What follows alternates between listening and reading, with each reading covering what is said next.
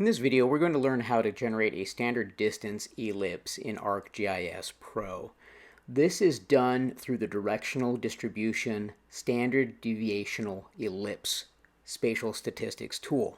I know that's a mouthful. So what we're going to do is we're going to take a look at that tool.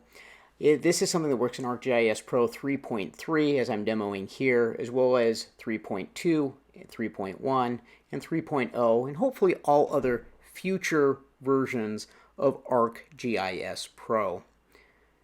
What we will do is we're going to take a look at the data set that we have here. In particular, I have wells that I have pulled from the California state regulator known as CalGEM. These are oil and gas wells in and around the Coalinga oil field. And so we can see how they're spatially distributed, a great number of these wells.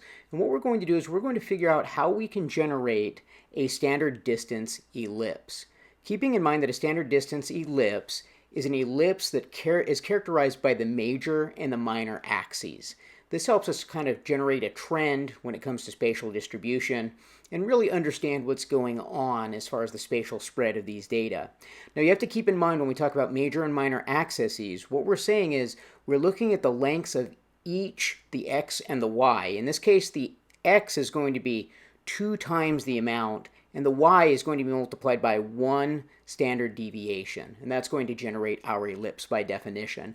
So the direction of this ellipse in space, well, it can be difficult to calculate, but what it's going to do is it's going to simply imply and give us the maximum dispersion of our data set. So let's go in here, let's look at our geoprocessing tool. Now, keeping in mind if you don't have your geoprocessing tool, go ahead and open up your toolbox. We're going to find that directional distribution standard deviational ellipse.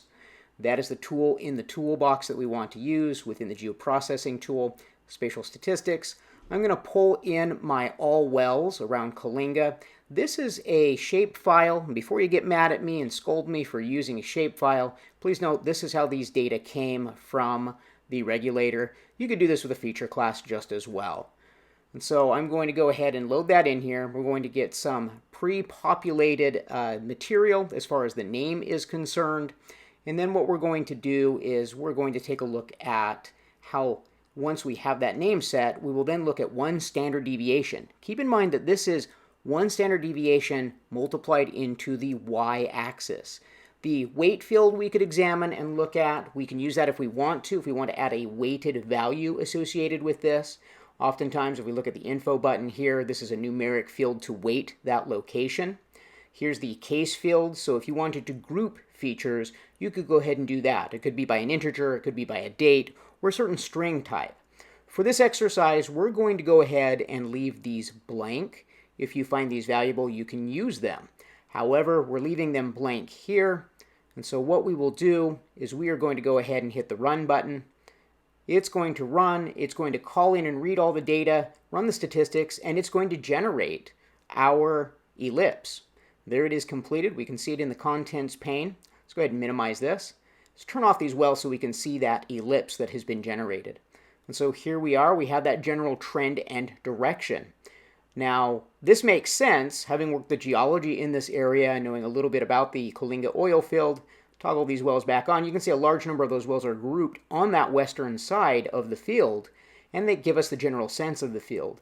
But this is also due to dipping strata, so this also kind of helps us imply what's going on with the strata very vaguely, just from the general ellipse direction, the y direction we get with these wells. So this can be a very powerful tool. Now, considering weights, if you had dip directions from a geologic sense, you might actually begin to get a strike and or dip generation and get that trend plotted out. But for now, here we have gone and we have looked at standard distance ellipses, how to generate those in ArcGIS Pro, and we've done that with the directional distribution or the standard deviational ellipse tool within the spatial statistics toolbox.